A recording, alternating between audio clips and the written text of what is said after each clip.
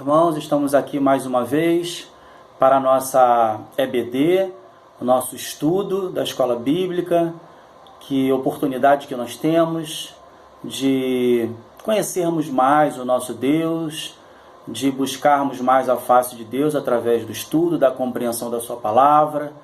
Todos nós precisamos disso, crescermos no conhecimento desse Deus que se revelou para nós e que tem nos mostrado tudo aquilo que lhe agrada, tudo aquilo que lhe apraz e também aquelas coisas que são feitas que são contrárias à sua vontade.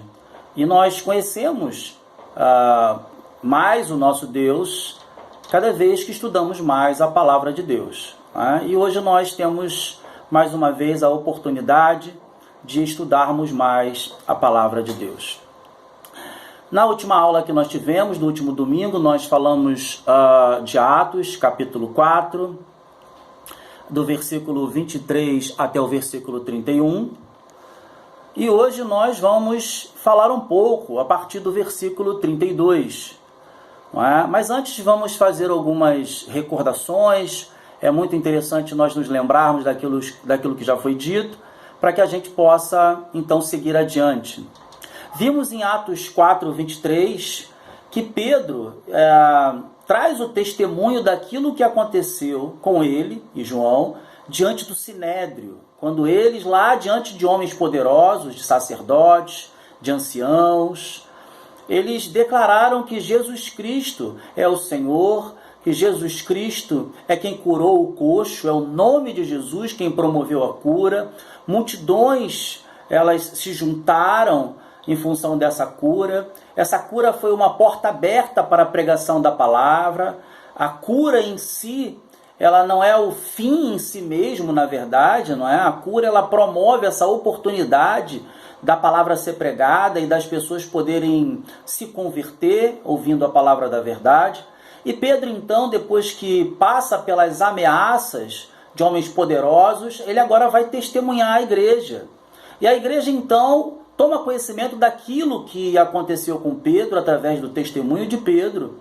E esses homens então se colocam a orar, a falar com Deus, a buscar a face de Deus. E seria muito natural, como nós já dissemos, que os homens então, ouvindo que Pedro havia sido perseguido, que Pedro havia sido ameaçado junto com João, talvez esses homens de uma forma muito natural não quisessem passar por isso, não quisessem passar por perseguições, não quisessem passar por ameaças. Muitos crentes nos dias de hoje nem dizem que são crentes, não é? Se eles estiverem fazendo uma faculdade, então que é um campo aberto de debates, de pensamentos, muitos crentes preferem ficar calados porque sabem que a hora que eles disserem que são crentes, eles sofrerão perseguições e isso é uma prática muito comum. A gente precisa entender, o mundo ele vai reagir à igreja, porque a igreja, quando ela testemunha que Jesus Cristo é o Senhor, quando ela testemunha que aquilo que o mundo tem praticado é contrário à vontade de Deus, ela denuncia o pecado que o mundo tem praticado. Então é muito comum que isso aconteça, e muitos de nós, nos dias de hoje ainda, preferem não passar por perseguições, não passarem por lutas, não sofrerem ameaças e acabam ocultando que são crentes, não é? Acabam até flexibilizando certas atitudes, não é? Que não deveriam de ter, mas para que sejam incluídos em grupos sociais. Aí é um grande erro, isso é um grande equívoco. Mas Pedro então ele dá o testemunho a esses homens e mulheres de Deus e eles se colocam em oração. E como eu já disse, era muito comum ou esperado que homens naturais então não quisessem passar por perseguições e ameaças, e que esses homens então não buscassem a face de Deus para que Deus os usasse assim como Pedro foi usado. Mas muito pelo contrário, esses homens oram, clamam ao Senhor e pedem ao Senhor que também use eles com a mesma intrepidez. Ou seja, eles querem pregar o Evangelho, eles querem anunciar o Evangelho da verdade, ainda que as ameaças venham, ainda que as perseguições aconteçam, como aconteceu com Pedro, como aconteceu com João. E é muito interessante a gente ter essa compreensão de que por mais que a gente não deseje a perseguição, não deseje as ameaças, uma vez que você denuncia o que o mundo faz, o que ele pratica, ele vai reagir contra você. E isso é muito comum, é muito natural, faz parte da vida do crente. Mas também é muito interessante levantar aqui um sinal de alerta. Se você não tem passado por nenhum momento de perseguição, de ameaça, e ninguém aqui está dizendo para você fazer coisa para que as pessoas te persigam ou ameacem você. Mas um crente atuante, um crente proclamador da palavra, anunciador do evangelho, é um crente que denuncia as práticas erradas do mundo. Porque não tem como não denunciar as práticas do mundo quando você proclama que as práticas do reino são completamente diferentes da prática do mundo.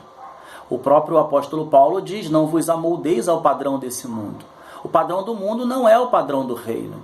Então, se você é um crente atuante, é comum que você passe por ameaças. Mas para você que não tem passado por ameaças, por perseguições, também é um sinal de alerta. Talvez você precise ser mais atuante, ser um servo mais atuante no reino de Deus, pregando e anunciando o evangelho, porque talvez esse seja o termômetro da sua fé, da medida de fé que você tem e também daquilo que você tem acrescentado na obra de Deus, de como instrumento de Deus você tem sido. Amém? É muito interessante também a gente continuar entendendo que esses irmãos, eles não pedem o juízo de Deus, o juízo que eles esperavam que Deus tivesse com esses homens poderosos. Muito pelo contrário, eles oram pedindo para que Deus continue fazendo maravilhas, sinais, prodígios, milagres, na intenção de que quanto mais milagres o Senhor fizesse, mais pessoas se juntariam e mais oportunidades de pregar a palavra e mais pessoas poderiam se converter e se arrepender daquilo que haviam praticado. Então, meus irmãos, o milagre em si, ele não é feito pelo Senhor como um propósito final, mas um propósito meio. Ele é um objetivo para um fim, tem uma finalidade. A finalidade sempre é a pregação da palavra, para que as pessoas possam ouvir a verdade e sejam libertas pela verdade proclamada pelos lábios daqueles que também já foram libertos por essa mesma verdade. Meus amados, esses homens então pedem que o Senhor continue fazendo curas, sinais, prodígios e continuam orando. E a oração deles realmente chegou até o trono da graça de Deus, como vemos lá no versículo 31 do capítulo 4. Diz assim: tendo eles orado, tremeu o lugar onde estavam reunidos. Todos ficaram cheios do Espírito Santo e com intrepidez anunciavam a palavra. Ou seja, a oração deles chegou até o trono da graça de Deus. E quando ouvimos que o lugar todo tremeu, isso está muito vinculado à manifestação da presença de Deus. Deus se fez presente. Deus os encheu com o Espírito Santo. E nós temos falado aos irmãos, a igreja não precisa de um avivamento. Nós somos um povo vivo, porque fomos vivificados em Cristo. Mas a igreja precisa ser despertada. A igreja precisa ser cheia do Espírito Santo, para que ela busque o Senhor e para que o Senhor possa usá-la com intrepidez, com ousadia. Assim como Pedro foi usado com ousadia e intrepidez. E vemos aqui também no versículo 31 que esses homens que oraram foram cheios do Espírito Santo e também anunciaram a palavra com intrepidez. E é isso que nós buscamos nos dias de hoje, é isso que nós precisamos buscar. O enchimento do Espírito Santo, para que a gente possa agir com intrepidez, pregando a palavra e vendo pessoas sendo curadas, libertas e salvas. Mas a aula de hoje começa aqui então a partir do versículo 32. E no versículo 32 diz assim: da multidão dos que creram, eram um coração e uma alma. Ninguém considerava exclusivamente sua nem uma das coisas que possuía. Tudo, porém, lhes era comum. É muito interessante pensar que as pessoas começaram a entender que não bastava que elas estivessem bem, mas todo o corpo precisaria estar bem. As suas posses já não eram mais posses de indivíduos, mas posse do todo. Quando um irmão estava passando necessidade, alguém ia e vendia uma propriedade e não retinha nada para si. Não era obrigado a fazer isso. Ninguém pediu que eles fizessem isso. Mas o próprio mover do Espírito Santo promoveu isso no coração daquelas pessoas. A certeza de que fazendo isso não faria com que elas ficassem sem nada, muito pelo contrário, faria com que aqueles que não têm passariam a ter. Esse é um sentimento que a igreja precisa resgatar. Não precisamos, e a palavra de Deus não diz que temos que vender os nossos bens, mas precisamos nos importar com aqueles que fazem parte do corpo. Também precisamos nos importar com aqueles que ainda não fazem. É verdade.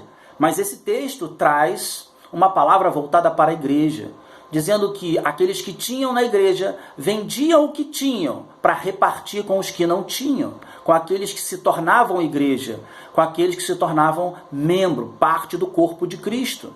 Meus amados, como seria interessante ver hoje esse movimento dentro da igreja. Esse individualismo que assola o mundo não pode tomar conta da igreja. A igreja é um corpo.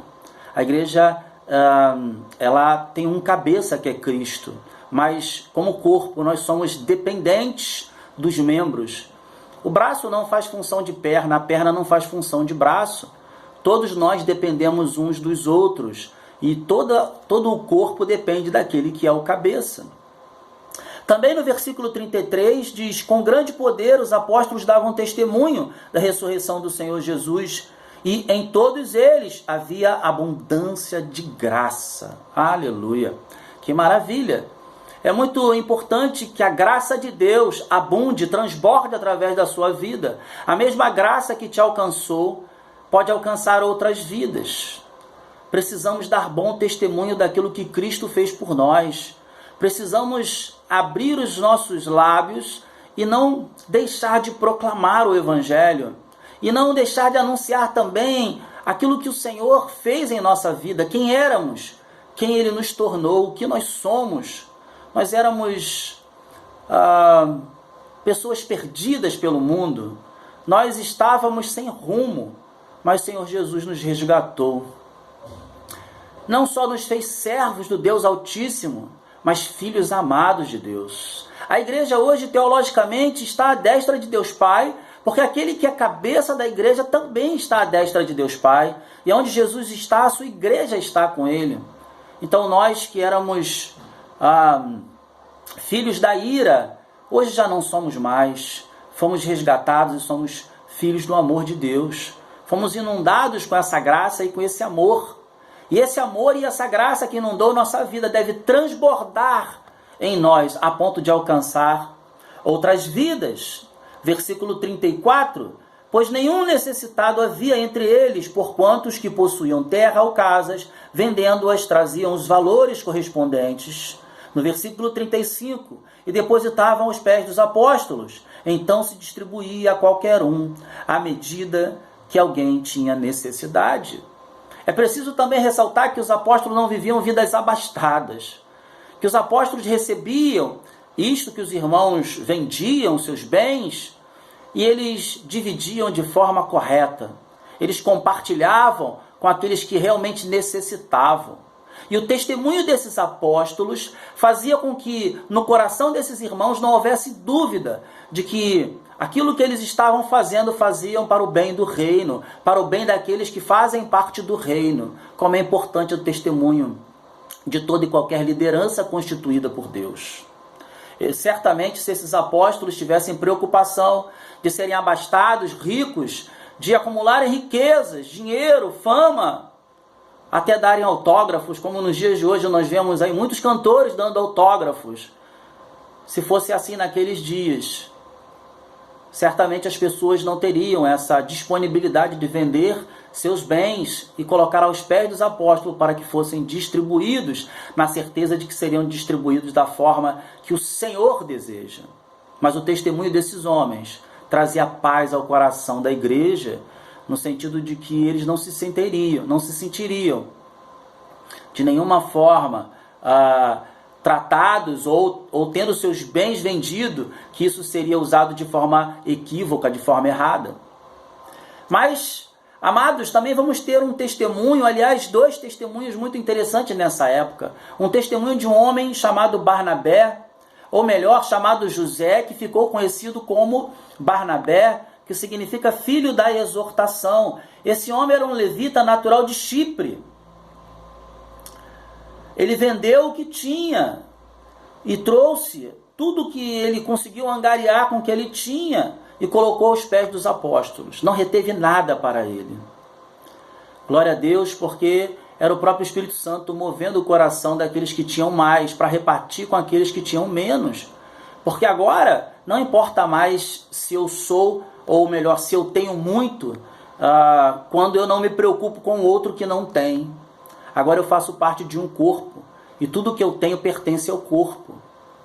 Que maravilha! Pensar que a igreja pensava assim, porque não haviam necessitados na igreja nessa época, porque quem tinha muito repartia com quem tinha pouco. Mas também vamos ter maus testemunhos nessa época, que é o caso de Ananias e Safira. Veja, capítulo 5, versículo 1. Entretanto, certo homem chamado Ananias, com sua mulher Safira, vendeu uma propriedade. Mas, em acordo com sua mulher, os dois entraram em acordo, retiveram parte do preço. E levando o restante, depositou aos pés dos apóstolos. Então disse Pedro: Ananias, por que encheu Satanás teu coração, para que mentisses ao Espírito Santo, reservando parte do valor do campo? E é muito interessante, a gente precisa ressaltar, em nenhum momento a igreja ou a liderança da igreja orientou que esses homens vendessem o que tinham. Não era uma obrigação, essas pessoas faziam porque desejavam fazer. Era um mover do Espírito Santo, fazendo com que o coração dessas pessoas fosse um coração liberado, fosse um coração que compartilha. Mas alguns homens e mulheres, eles tendem a endurecer os seus corações. Eles não deixam que o Espírito Santo haja através deles. E muitas vezes esse endurecimento é a brecha que Satanás precisa para poder entrar. Esse homem e essa mulher, em acordo, venderam suas posses, algumas de suas posses, e em vez de colocar tudo que venderam aos pés dos apóstolos, retiveram parte para si. Mas eles podiam reter parte para si. O que eles não podiam era prometer que iam vender aquilo ou aquele bem, dizendo que ia colocar todo o valor à disposição da igreja. E aí sim, reter parte para si. Porque eles estariam mentindo. Uma vez em que o crente anuncia algo, diz que vai fazer algo, seja a palavra do crente sim, sim e não, não. Um crente não pode dizer que vai fazer e não fazer, ou que vai fazer e fazer apenas parte. O crente precisa dizer que vai fazer e cumprir a sua palavra. E da mesma forma, se ele disser não, é não, não tem meio termo. Esses homens, volto a dizer, eles não eram obrigados a fazer isso. Mas Ananias e Safira, possivelmente, tinham dito que iam entregar o valor completo, mas agora retiveram parte do valor. Veja o que diz o versículo 4 do capítulo 5 de Atos dos Apóstolos. Conservando-o porventura não seria teu, e vendido não estaria em teu poder, como, pois, assentaste no coração este desígnio? Não mentistes aos homens, mas a Deus. Porque quando somos servos de Deus, amados, tudo aquilo que praticamos devemos fazer para a glória de Deus. Toda a nossa vida deve exaltar a Deus. E uma vez que prometemos e não cumprimos, nós não exaltamos a Deus. Uma vez que prometemos algo e cumprimos parte, não exaltamos a Deus. Deus não é, de certa forma, glorificado. Aliás, de certa forma não. Ele não é glorificado quando você promete e não cumpre. A palavra do crente precisa ser cumprida. É o testemunho diante da sociedade, diante da igreja. Meus amados, veja o que aconteceu com esse homem, com esta mulher no versículo 5. Ouvindo estas palavras, Ananias caiu e expirou, ou seja, morreu, sobrevindo grande temor a todos os ouvintes. Levantando-se, os moços cobriram-lhe o corpo e, levando-o, sepultaram. Quase 3 horas depois entrou a mulher de Ananias, não sabendo o que ocorrera. Então Pedro, dirigindo-se a ela, perguntou-lhe: dize-me, vendestes, portanto, aquela terra? Ela respondeu: sim, portanto. Tornou-lhe Pedro: porque entrastes em acordo para tentar o Espírito Santo de Deus ou do Senhor? Eis aí a porta, os pés dos que sepultaram teu marido, e eles também te levarão. No mesmo instante caiu ela aos pés de Pedro e expirou. Entrando os moços, acharam-na morta e, levando-a, sepultaram-na junto do marido. E sobreveio grande temor a toda a igreja e a todos quantos ouviram a notícia destes acontecimentos. Amados, é preciso que a gente fale ao coração dos irmãos de que não havia obrigação nenhuma. Ninguém deu nenhuma ordem para que esses homens e mulheres vendessem seus bens. É a ação do próprio Espírito Santo fazendo com que as pessoas entendam que bens materiais não são mais importantes do que os valores do reino, do que se preocupar com teu irmão, do que compartilhar dos seus bens com teu irmão para que ele não passe necessidade. Mas não havia obrigação nenhuma de vender nada. Mas uma vez que esses homens empenharam suas palavras, ou mulheres, empenharam a sua palavra, precisaria ser cumprida. E cumprida na totalidade, não de forma parcial. Precisamos tomar muito cuidado, irmãos, com aquilo que sai dos nossos lábios. Pois os nossos lábios, eles são para a glória de Deus, para proclamar a glória de Deus. As nossas atitudes, o nosso comportamento, tudo é para a glória de Deus. E quando nós prometemos e não cumprimos, nós não glorificamos a Deus. Quando nós prometemos e cumprimos parcialmente, permitindo que Satanás encontre brecha no nosso coração, na nossa vida, isso é um mau testemunho perante a sociedade, perante a igreja. O próprio apóstolo Pedro, ele diz lá no versículo 3, então disse Pedro: Ananias, por que encheu Satanás teu coração? Para que mentisses ao Espírito Santo, reservando parte do valor do campo? Não deixe que seu coração se endureça, meu amado, para que isso não seja brecha para Satanás. A tua vida, tudo que você faz, a tua casa, os teus valores, tudo o seu comportamento diante da sociedade, diante da igreja, ele é para a glória de Deus. Não prometa aquilo que você não vai cumprir, porque você não glorifica a Deus. Se você prometer, cumpra, porque não é só você que entra nesse compromisso, mas as pessoas vão olhar para você e vão dizer: lá vai um crente sem palavra. E isso não glorifica a Deus. E Deus nos chamou para que nós vivêssemos para a glória de Deus. Que esse estudo possa encontrar abrigo em seu coração e que Deus possa abençoar a sua vida no nome santo e poderoso de Jesus Cristo. Fiquem na graça e na paz do nosso Senhor e Salvador Jesus Cristo.